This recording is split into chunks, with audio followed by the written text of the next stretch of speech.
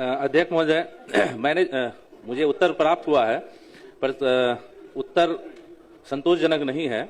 इसमें मैंने पूछा था कि 2024 में ये पीएससी सेंटर से सीएससी सेंटर में करा दिया गया था, लेकिन उसकी जो व्यवस्थाएं होती है उसमें कोई भी उपलब्धता नहीं है। जिस तरह से सीएससी सेंटर में होना चाहिए, सिर्फ नाम बदल दिया गया है, लेकिन उसमें कोई भी उसके अनुसार, उनके अनुसार जो 6 विशेष डॉक्टर होना चाहिए, सर्जन होना चाहिए, फिजियोथेरेपिस्ट होना चाहिए, फिजिशियन होना चाहिए, गायनेकोलॉजिस्ट होना चाहिए, और एक जो है बच्चे का डॉक्टर होना चाहिए, एनेस्थेसिया होना चाहिए, उसके अनुरूप कुछ भी उपलब्ध नहीं है कोचाधामन के। और ये कोचाधामन बहुत ही किशनगंज से लगभग 20 किलोमीटर अंदर है। माननीय मंत्री। माननीय सदस्य जो बता रहे हैं उसमें एक जानकारी के लिए कि 7 निश्चय 3 जो है उसमें 7 निश्चय 3 का सामुदायिक स्वास्थ्य केंद्र को विशिष्ट चिकित्सा केंद्र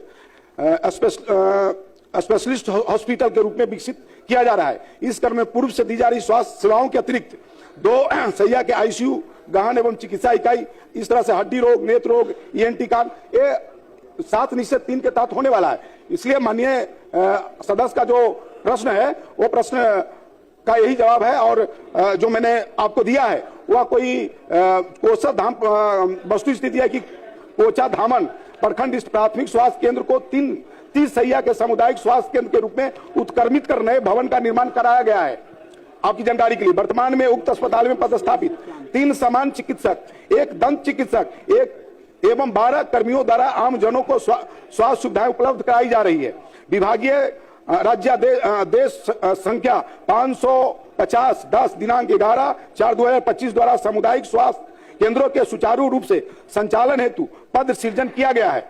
चिकित्सा एवं अन्य कर्मियों की उपलब्धता के आधार पर पदस्थापना की कार्रवाई की जा रही है। साथ ही 7 निश्चय 3 अंतर्गत सामुदायिक स्वास्थ्य केंद्रों को विशिष्ट चिकित्सा केंद्र के रूप में विकसित करने हेतु कार्रवाई की जा रही है। तो माननीय सदस्य को और क्या ठीक है माननीय मंत्री से मैं कहना चाहता हूं कि 2024 में जब अपग्रेड कर दिया गया तो अभी तक क्यों नहीं हुआ, और आप कब तक कराएंगे? वहां पे आपका जो है एक्सरा जो है वहां पे अब तक डिजिटल नहीं हुआ है, वहां पे आपका ईसीजी का प्रावधान नहीं हो रहा है, वहां पे आपका जो है पुराना जो है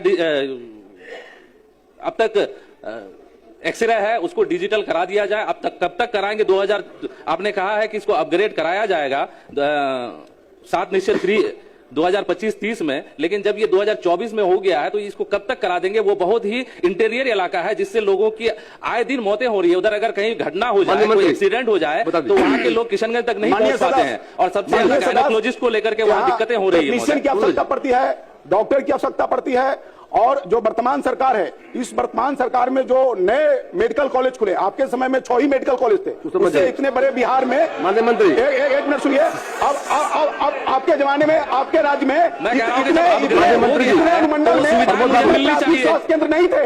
आज ये सरकार का देन है, सरकार का। महोदय मैं कहना चाहता हूँ कि मैं नहीं कह रहा कि सरकार काम नहीं कर रही है। सरकार जो सरकार का जो वादा है, जितना बिहार सरकार का जो वादा है, बिहार में उससे सहमत। उसके लिए कोई दिक्कत नहीं है, लेकिन स्वास्थ्य सुविधा में मैं कह रहा हूं कि स्वास्थ्य सुविधा जो है उसको सुधारने की बात माननीय मुख्यमंत्री ने कहा है। मैं माननीय मुख्यमंत्री की बातों को, उनका सुझाव जो आया है उसको दिखवा लीजिए, दिखवा करके जल्द से पूरा करवाइए। विषय तो नहीं है, आप अनुमति प्लीज, बिना अनुमति के मत बोलिए। बैठिए, इस बात को प्रोसीडिंग में नहीं ली जाएगी। आप बैठिए, उनका सवाल है, आप पहले बैठिए। अब बैठिए ना, पहले अनुमति दिया हमने है, आपको अनुमति नहीं दिया है। अभी फर्दर उनका पूरक 2 हुआ है।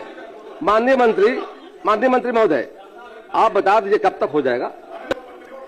माननीय मंत्री से मैं गुजारिश करना चाहता हूं कि डिजिटल एक्सरे और सारी व्यवस्था, अल्ट्रासाउंड की व्यवस्था कर दी जाए। 7 निश्चय 3 के तहत सारी व्यवस्थाएं खड़ी होने वाली है, और डॉक्टर को मोहम्मद फैसल